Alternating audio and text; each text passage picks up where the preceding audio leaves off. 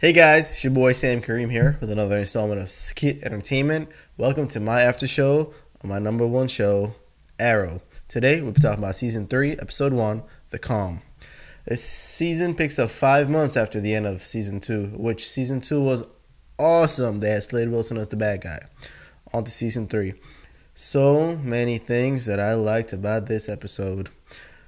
Stephen Amell as Oliver Queen continues to evolve in this role as the Arrow. As an actor, he's getting better by the episode, and by the season, he's taking leaps and bounds. All the supporting characters are amazing. Diggle, Diggle, Diggle. Diggle, Diggle, Diggle. I love Diggle. He's awesome in this. He shows the heart, the emotion. He's Oliver's North Star. He keeps him straight. Felicity, the beautiful Felicity is back. I like the fact that her and Oliver went on a date in this episode to appease all the Olicity fans out there. Talk about that in a minute. They have Roy joining the team as Arsenal. He's suited up in a red hoodie, shooting bow and arrows. Well, he kind of. 5 months and he's a perfect archer. I don't buy that, but I could let it slide somewhat. Katie Cassidy's in this as Laura Lance, who she was fine, and then this season so far. Alright, let me get into it. Talk about it right now. Canary was back for the last part of this episode. Katie Lloyd. I love Sarah Lance. I love her. She's not only beautiful, she can act. I love the role that she plays in the show. The cliffhanger of the episode. What the hell? They kill her.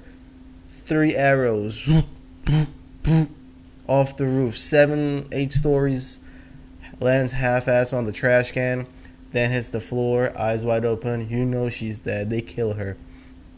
I hope they did not just do this to foreshadow Laura Lance becoming the Black Canary as she is in the comics. If they train her up a little bit and in about 3 or 4 seasons, maybe, but not right now. Not just take up the mantle of the Canary just because.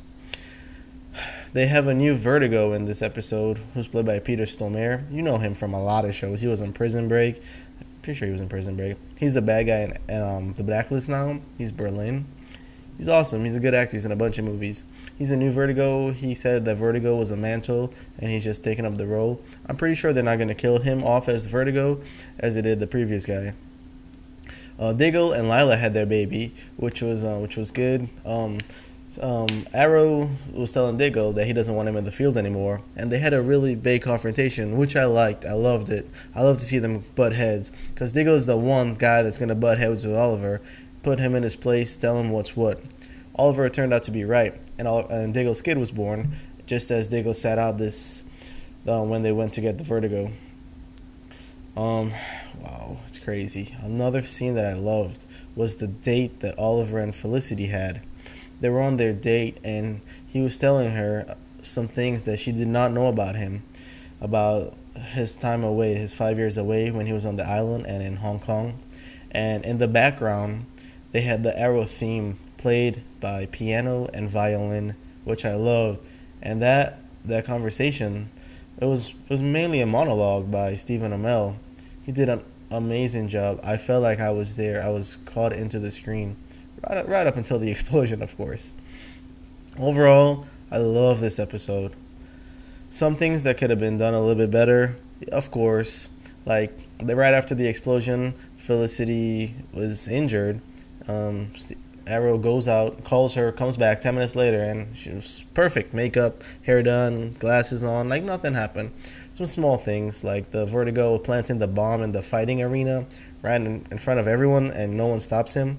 That's small stuff, but that's just nitpicking. You can let that go. Excellent episode. Good acting. Roy Harper didn't have that many lines. I hope they go back and explain how he's such a good archer, where did he get the costume from, how he fights so well now. He doesn't have the Marakuru in him as he did part of last season, so that would be good.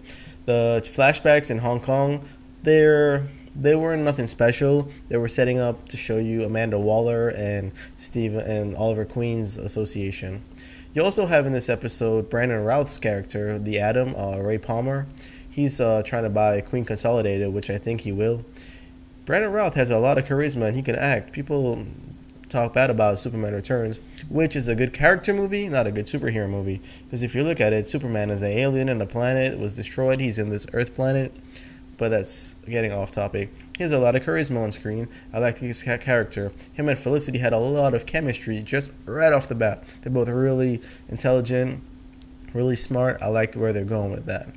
They pretty much shut down the notion that Felicity and Oliver are going to be a couple. They did share a kiss, though, and they pan around the kiss 360, so you knew it was a kiss. There's no denying it was a kiss. It was telling her a secret or anything.